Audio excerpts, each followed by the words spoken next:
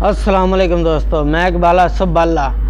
अज दी मैं जिहड़ी तुहाडे वास्ते वीडियो लैके आया वां 2005 दे विच हदायतकार संगीता फिल्म साई शान मुस्तफा और यूसुफ खान बतौर वड्डा चौधरी। सच दसा ते जग दे सारे चौधरी रल जाण ते फिर तुहाडे वर्गा वड्डा चौधरी बनदा है। हां नहीं फिल्म दी कहानी मेरी ज़बानी जिहड़ी 2005 ईद उल अज़हा ते रिलीज़ हुई है कि फिल्म एक कामयाब सी या नाकाम सी, सारी गलबात तुहाडे नाल शेयर करने आ। चैनल नूं लाइक करो, शेयर करो, सबसक्राइब करो, बैल आइकन नूं दबा दिओ ताकि साडी हर आने वाली वीडियो तुहाडे तक पहुंचती रहे। दोस्तों, वड्डा चौधरी 2005 दी वड्डी ईद ते रिलीज़ हुंदी है और इस फिल्म दी दिगरी सितारे सन यूसुफ खान, शान, साइमा, सऊद, बाबर अली, रेशम, शफकत चीमा, तारक शाह, बाबा प्रिंस। और ये फिल्म काफ़ी आवाम ने पसंद की सी, खास करके इस फिल्म के गाणियां तो।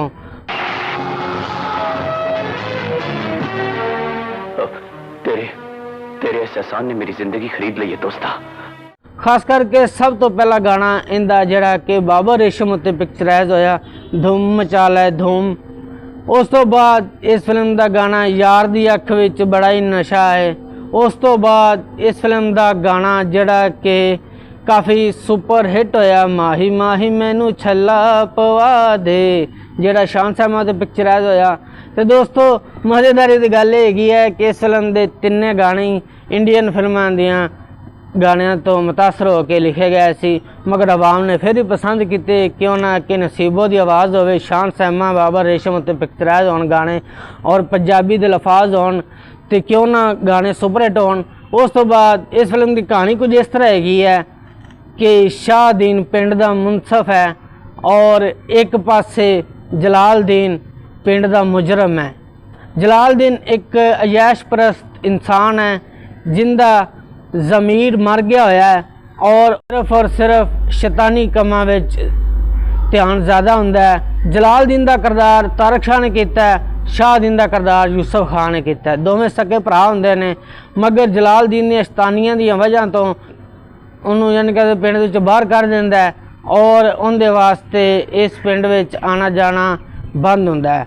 मगर एक दिन उनका पुत्र पिंड की मटियार की इज्जत नूं हथ पा लैंदा है और उस टाइम ते शाहदीन एक फैसला करता है, जिहड़ा फैसला उन्होंने मंजूर नहीं हुंदा। वो फैसला ये हुंदा है तो बाद जिहड़ा फैसला करता है शाहदीन कि जिहड़ा ना सुखिया यानी कि बाबा प्रिंस ये उस कुड़ी नाल ब्याह करे, मगर सुहाग रात वाले दिन कुड़ी नूं मार के शाहदीन की हवेली घल देंदे ने जलालदीन हरी।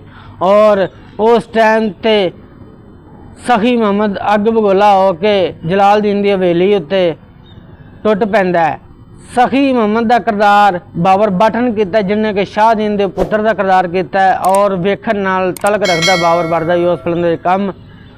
उस तो बाद जिस टाइम सुखिए नूं मार के सखी मुहम्मद ते सैदा आंदे ने ते फिर सखी मुहम्मद उन्हां तो वारों वारी पुछदा है कि कतल किन्ने कीता है, तो सखी मुहम्मद करदा है। सैदे का किरदार शफकत चीमे ने किया सी और उन्होंने फांसी की सज़ा हो जाती है और इस वजह तो उनका पोतरा यानी कि शेर मुहम्मद बाबर अली आदे दादे तो नफरत करन लग पैंदा यूसुफ खान तो, और वो जलालदीन नाल ते उनके पोतरे जमालदीन नाल उठन बहन लग पैंदा। उनके जलालदीन के पोतरे का किरदार सऊद ने किया सी, मुहम्मद के पोतरे का किरदार बाबर अली ने किया सी।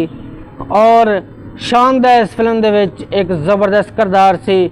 शफकत चीमे ने इहदे विच बाकमाल किरदार किया सी, जिंदा किरदार सी शाह मुहम्मद दे नौकर दा और उन्हें एक वफादार नौकर का किरदार किया।